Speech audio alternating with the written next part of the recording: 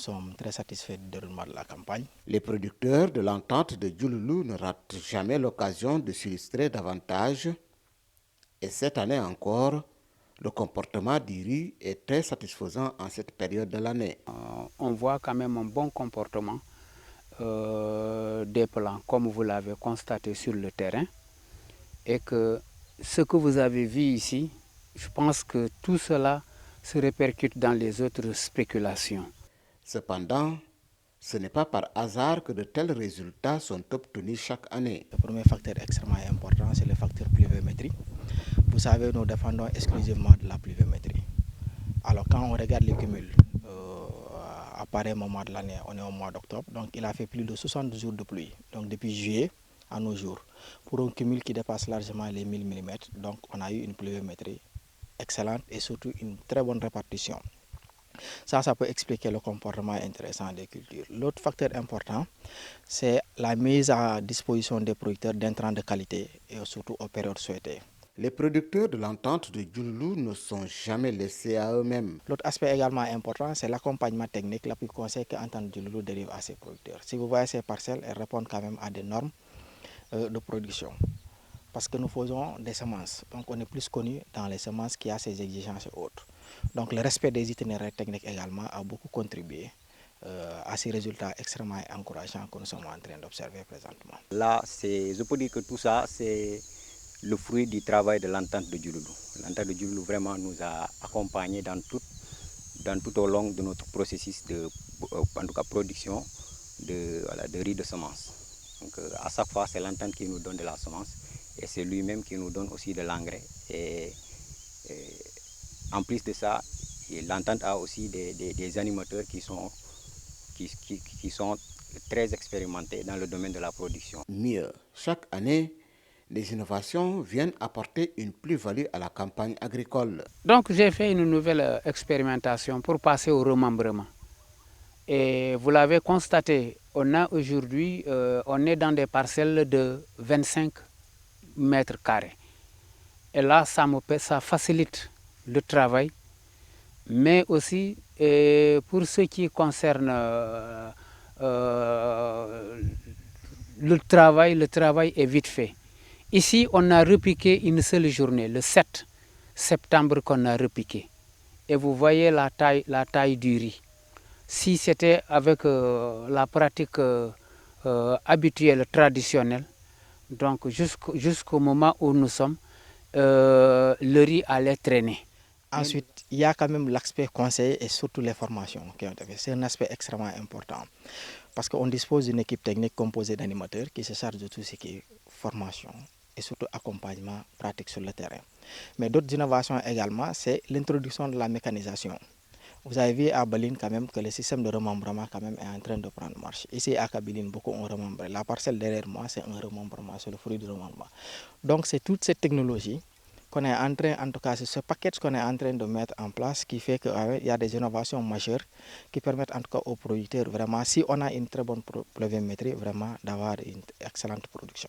Sur un autre aspect, des stratégies sont mises en place pour motiver davantage les producteurs. La stratégie développée ici, c'est de faire en sorte que tout producteur qui en exprime le besoin puisse vraiment disposer de ses intrants et après rembourser en nature. Pourquoi il rembourse en nature? Quelqu'un qui a remboursé en nature, ça veut dire qu'il aura cultivé, il aura eu ce qu'il doit avoir, ensuite il rembourse en nature.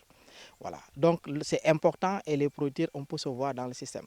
Parce qu'aujourd'hui, si vous êtes autosuffisant en riz, pratiquement, c'est disons 30 à 40% de vos dépenses familiales qui sont gérées. Donc c'est pourquoi c'est un maillon qui est extrêmement important et aujourd'hui ça se sent au niveau du producteur. Si vous voyez l'engagement que les producteurs ont, ça veut dire qu'on a proposé un modèle qui marche où en amont ils peuvent acquérir des semences, ils peuvent bénéficier un peu de l'encadrement technique et tout, ils peuvent bénéficier de tout ce qui est pour ceux qui font de la semence, tout ce qui est certification, emballage et tout, mais surtout aussi c'est un système qui leur permet de pouvoir vendre également leur production sur toutes les spéculations.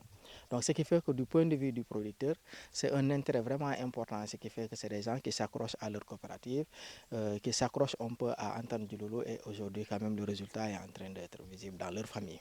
La diversité notée dans la production conduit toujours à de bonnes performances en fonction du milieu. Parce que nous faisons 22 variétés différentes. Ça, c'est lié à une forte demande sur place parce qu'il y a des producteurs qui ont des disponibilités au niveau du plateau, il y a des producteurs qui ont des disponibilités au niveau de la nappe, de la mangrove ou du bas-fond. Donc nous, en tant qu'offreur quand même de semences, on essaie un peu de caler notre marché par rapport aux besoins. Ce qui fait que quand même c'est extrêmement important de pouvoir satisfaire un peu tous ces producteurs sur toutes les conséquences. Bon, ici, c'est du riz de plateau. Donc ici, comme vous le voyez, c'est notre jardin. Donc c'est la première fois qu'on a cultivé. Donc vu en tout cas les conditions météorologiques, parce qu'on a constaté que maintenant la pluie a tendance à diminuer. Donc on a pensé à utiliser des cycles, des semences à cycle court. Donc ici on a mis Nerica 6. Ouais. On a amendé avec 2 produits. Un produit nouvellement que Bassirus Koli et Ismaël Adjédiou nous ont proposé. C'est un produit très efficace. Vous voyez, du Uplazo. Donc, vous voyez le comportement du riz. Il me reste à épandre de l'urée. Mais si tu viens, tu diras que peut-être il y a de l'urée qui a été vraiment épandue. Et je pense que ce que j'ai vu cette année, l'année prochaine, ça va encore m'engager plus de pouvoir utiliser ce produit. J'ai fait ce produit, en plus j'ai fait encore du compost parce que j'ai fait un petit élevage de moutons. J'ai pris les déchets pour faire un compostage. C'est à partir de ça qu'on a épandu. Et je pense que, comme vous l'avez vu, en tout cas, de façon générale, le riz se comporte très très très bien. Tous ces efforts de l'entente de Djouloulou répondent à la volonté de l'État qui vise à faire du producteur l'acteur principal de sa propre souveraineté alimentaire. D'abord, il faut le comprendre dans une stratégie nationale de l'État. L'État a développé la stratégie nationale de la souveraineté alimentaire. Il faut dire nous également, en tant que structure agréée par l'État, nous travaillons un peu à contribuer déjà aux objectifs de l'État. Et ça, c'est important, parce que le secteur dans lequel nous sommes, le secteur du riz, c'est un secteur quand même, disons, l'agriculture de façon large et importante, mais la riziculture est un maillon extrêmement important. Et ça peut s'expliquer du point de vue de nos habitudes culinaires, de nos habitudes alimentaires. Le riz occupe une place vraiment importante. Donc, nous sommes dans ce maillon. Ça veut dire qu'on est vraiment au cœur de la stratégie. Ça veut dire qu'aujourd'hui, toute la stratégie qu'on est en train de développer, c'est la déclinaison un peu des objectifs de l'État central. C'est pourquoi cette organisation paysanne tente de faire chaque saison mieux que les précédentes. Cette année, on est vraiment au double de ce qu'on a fait l'année passée. Et compte tenu de l'engagement vraiment des jeunes, mais aussi des producteurs de l'entente de Djouloulou. Quand même, ce qu'ils ont fait cette année, c'est encore double que ce qu'ils ont fait l'année passée. Bon, pour le compte de cette campagne 2023-2024, l'entente de Djouloulou a accompagné globalement 2297 producteurs dans l'arrondissement de Kataba 1, dont 300 multiplicateurs de semences. Et cet accompagnement, c'est dans le domaine de la riziculture. Et là, ça nous a permis de toucher de faire une superficie de près de 2000 hectares de riz, pratiquement 2863 hectares de riz, dont 300 hectares de multiplication de semences de riz. Cette année, les prévisions en termes de production sont révélatrices d'une entité bien structurée et bien accompagnée. On attend globalement pour le riz paddy, on s'attend à avoir 1000 à 1500 tonnes de paddy. Ça nous permet de faire une contribution significative dans en tout cas les objectifs de l'État concernant un peu la limitation des importations de riz. Mais en matière de semences également, on s'attend à 400 tonnes de semences sur toutes les conséquences. Et ça, on l'a obtenu grâce évidemment à nos partenaires qui nous ont beaucoup appuyés dans d'abord la mise à disposition des intrants. On peut citer entre autres notre partenaire traditionnel, la Banque agricole, qui nous accompagne également depuis plusieurs années. Mais on a également des partenaires tels que OVO, un projet, une association belge, qui nous a accompagnés vraiment dans le financement de la campagne. Mais on peut citer également nos partenaires tels que l'USAID, notamment le projet Dolel Bay. On peut citer un partenaire tel que Résilience, hein, et surtout aussi le projet Agropole. Donc c'est l'effort conjugué de ces différents partenaires qui nous ont permis, sur la base d'une expression de besoin, quand même exprimée par les producteurs, de bien d'abord, disons, de bien fournir en intrant, disons, ces producteurs. Ça, c'est un aspect important. Les résultats obtenus par l'entente de Diouloulou sont l'arbre qui cache la forêt. Les producteurs sont loin d'avoir le matériel agricole de leurs rêves. On n'a même pas fait la moitié de notre besoin par rapport au matériel agricole. Aujourd'hui, les gens ont vu que c'est vrai, il y a un tracteur. Ça ne suffit pas. Pire, le motoculteur. Parce qu'après le tracteur, c'est le motoculteur qui va venir pour pouvoir niveler le sol. Mais aussi, ça facilite aussi le repiquage. Et si tout peut aller bien, nous demandons encore une fois même de nous aider par rapport aux repiqueuses.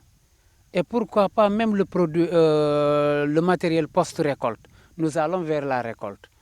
Alors tout cela, les gens traînent dans la vallée et que nous sommes vraiment minés par la divagation. On n'a pas de matériel mécanisé. Donc tout ça, c'est vrai qu'on a utilisé un motoculteur, mais cela ne nous appartient pas. Donc on est parti emprunter pour travailler. Donc si on pouvait avoir en tout cas notre propre motoculteur, ça va vraiment nous aider dans la production.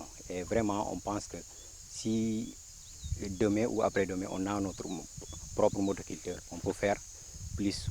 Les appels se multiplient alors en direction de l'État et des partenaires. Il faudra accompagner les producteurs parce que quand vous faites une plus grande superficie, bon, le travail augmente. Donc, il faut, sur toute la chaîne, il faut trouver les moyens, en tout cas, de mécaniser petit à petit. C'est pourquoi là, de fortes demandes sont en train d'être enregistrées. Parce que quelqu'un qui te fait 1 hectare, 2 hectares, ce n'est pas la même charge de travail que quelqu'un qui te fait 5 hectares, par exemple. Il aura besoin de matériel de récolte, mais de matériel pour le battage, etc. C'est le moment pour nous de lancer un appel vraiment à des autorités pour vraiment nous venir en aide, parce que le besoin est réel et c'est sûr que c'est du matériel qui va être rentabilisé.